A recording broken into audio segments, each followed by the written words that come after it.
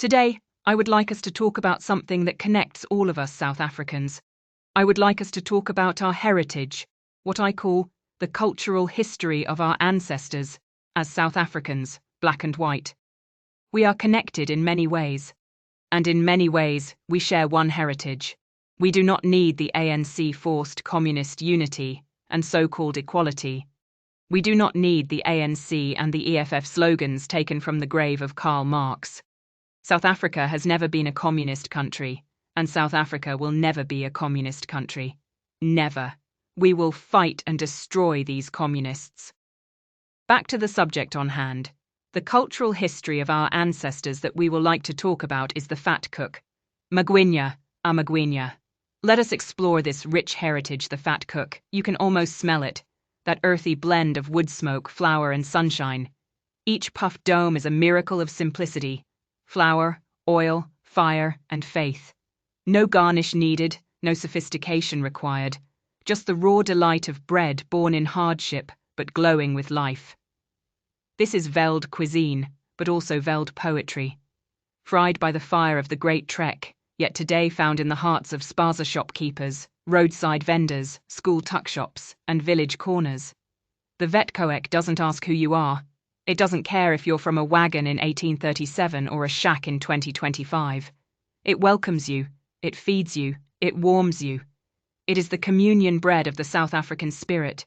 Let others argue over flags and ideologies. Let the ANC cling to its rusting slogans. The Vetkoek seller, kneeling by the fire, frying joy, already lives in a free republic, one that tastes of unity, self-reliance, and heavenly peace. Vetkoek, the cultural history of our ancestors. Vetkoek, golden and crackling from the pot, is no ordinary dough. It's a symbol of survival, heritage, and unexpected unity. Its origins stretch back to the 1830s, during the Great Trek, when Afrikaner voortrekkers ventured into the rugged interior, leaving behind the Cape Colony in search of land, freedom, and independence. In the windswept veld, far from ovens and civilization, these pioneers relied on fire, cast iron pots, and basic ingredients. They created Vetkoek, meaning fat cake, a deep-fried dough ball, crisp on the outside and soft within. It was quick, hearty, simple, a bush bread born of necessity. But this survival food, born in wagons under stars and among thorn trees, did not remain exclusive to the voortrekkers. Over generations, Vetkoek migrated across cultural lines. It was adopted, adapted, and eventually became a beloved staple in Black South African homes too. Today, from the dusty lanes of rural villages to the bustling spaza shops of townships, Vetkoek is everywhere. Stuffed with curried mince, smeared with jam, served plain or with achar. It is a food of the people. And in that, there's thunder. Vetkoek is living, edible proof that white and black South Africans are not as divided as the ANC wants them to believe.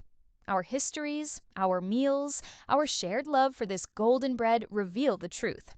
We are already intertwined, in kitchens, in markets, in lunchboxes, and braais. The unity exists.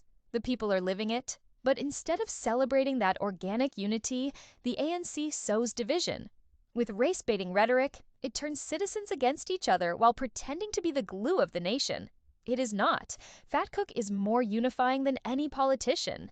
The ANC would rather burn bridges than admit that a simple meal passed from a voortrekker fire to a township oil drum has more nation-building power than all their slogans.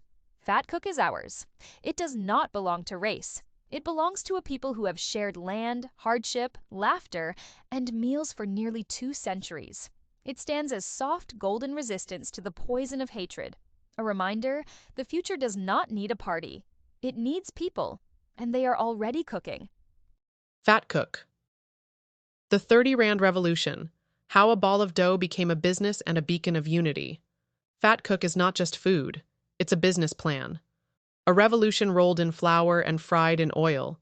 With just 20 Rand for flour and 10 Rand for oil, a person with nothing else to their name can step into entrepreneurship. No tenders, no connections, no permission slips from government bureaucrats. Just heat, dough, and hustle. This is why Vetkoek is sacred to the South African soul. It feeds and frees. It began on the Vetkoek as an Afrikaner invention, forged in hardship. No time for bread to rise, No luxury of ovens, just hot coals and hungry mouths.